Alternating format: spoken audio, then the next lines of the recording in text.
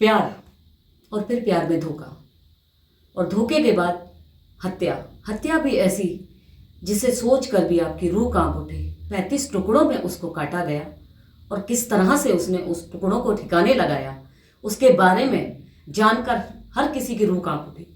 और इस बारे में हमारी महिलाओं का, हमारी लेडीज़ का, हमारे समाज का क्या कहना है, वो क्या चाहते हैं, इस बारे में हम आइए जानते हैं। क्या लगता है श्रद्धा की मौत के बाद आपको? श्रद्धा की बहुत बड़ी ही दुखनीय घटना है और ये होना भी नहीं चाहिए था, क्योंकि मैं कुछ अभी कल अपने पति से डिस्कस भी कर रही थी। ये लोग एक लिविंग रिलेशनशिप में थे और लिविंग रिलेशनशिप में ये भी था कि कहीं भी आपके ऊपर जिम्मेवारी नहीं होती, आप जब चाहो इस रिलेशनशिप से बाहर आ सकते हो। उसके बाद भी अगर वो इस रिलेशनशिप में खुश नहीं थे तो उन्हें शांतिपूर्ण बाहर निकल जाना चाहिए था, बट उसको 35 टुकड़ों में काट देना एक बहुत ही, उसको सोचकर अभी भी मेरी रूहें खड़ी हो रही हैं, जो कि बहुत गलत था।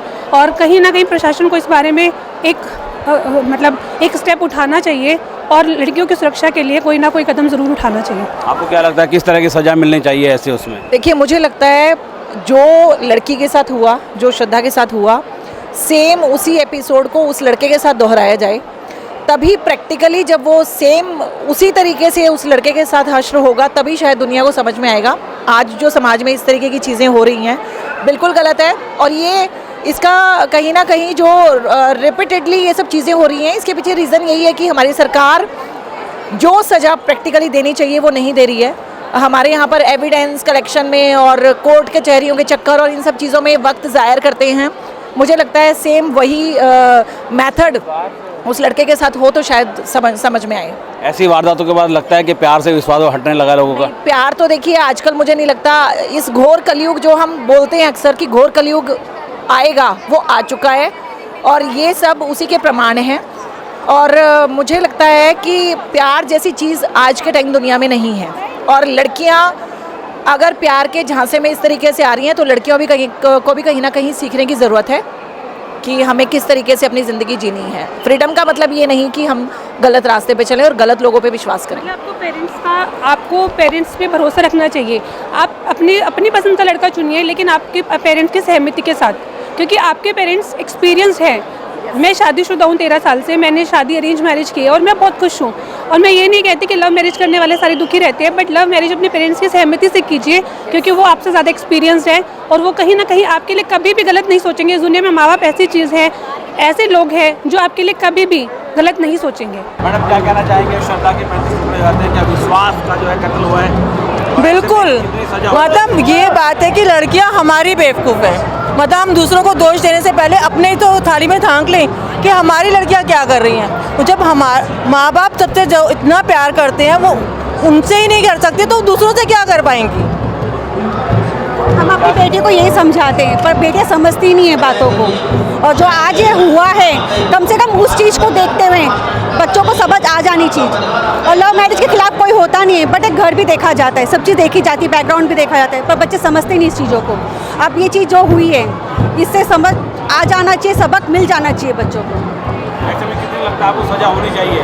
सजा तो मौत टुकड़े श्रद्धा के उतने ही टुकड़े सामने वाले के। श्रद्धा मर्डर केस में क्या कहना चाहेंगे? एक प्यार की हत्या कर दी जाती है, 35 टुकड़े कर दिए जाते हैं। देखो, मेरी सोच ये है कि ऐसी चीज़ें ना मुझे नहीं लगता कि कभी लाइफ में चेंज होने वाली है, क्योंकि पहले क्या होता था, पहले ही चीज़ें हमारे सामने नहीं आती थी, लेकिन तब भी ये चीज़ें होती थी।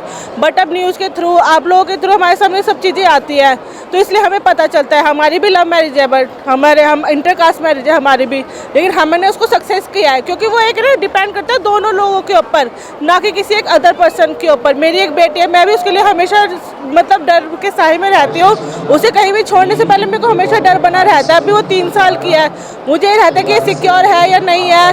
मैं भी ऐसे स्कूल में डालना चाहती हूँ कि मैं अपने घर बैठे अपने बच्ची को देख सकूँ कैमरे के थ्रू कि मेरी बच्ची स्कूल में क्या कर रही है, क्या नहीं कर रही है, उसके ऊपर मैं हर वक्त नज़र रखती हूँ, क्योंकि मुझे भी ये डर है कहीं ना कहीं बना रहता ही है हमेशा। और ये चीज़ ऐसी है सर, चाहे कोई इंसान पढ़ा लिखा हो चाहे कोई अनपढ़ हो, देखो ये चीज़ें जो होती है ना इंसान के माइंड में होती है, जिसकी जैसे सोच होगी ना वो वैसा ही काम करेगा, चाहे वो कोई सी भी कास्ट का हो, कोई सी भी जगह का क्यों ना हो, वो चाहे वो अपने इंडिया का हो चाहे इंडिया से बाहर हो, हर किसी भी धर्म का हर कोई इंसान ऐसे काम करता ही करता है। ये चीज़ चाहे ऐसे में सजा क्या चाहते हैं आप? देखो, सबसे बेस्ट सजा तो मैं देखो वही कहूँगी जो दुबई में होती है। दुबई में क्या होता है, ऐसे लोगों का ना वही प्राइवेट पार्टी काट दिया जाता है। उससे क्या होता है, एक इंसान के मन में ना डर बना रहता है कि अगर हम ये काम करेंगे तो हमें इसकी ये सज़ा मिलेगी। सबसे बेस्ट यही है, क्योंकि जो ना वो कहते हैं ना लाठी रहेगी ना मरेगा, तो वही चीज़ होती है। ऐसी चीज़ उनके पास रहेगी नहीं, तो उनका एक डर बना रहेगा उनके समाज में। और ये देखो, एक चीज़ मैं और भी कहना चाहती हूँ, ये as a being a mother, अगर मेरा कभी बेटा होता है तो मुझे भी ये चीज़ सिखानी चाहिए अपने बेटों को, एक वुमेन की रिस्पेक्ट कैसे करते हैं।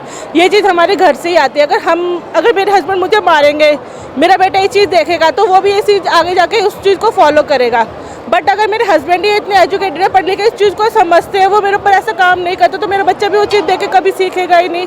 ये हमारे समाज में कहीं ना कहीं, चाहे वो पिछड़ा वर्ग हो चाहे वो एजुकेटेड वर्ग हो, हर जगह ये चीज़ है ही आज के टाइम में।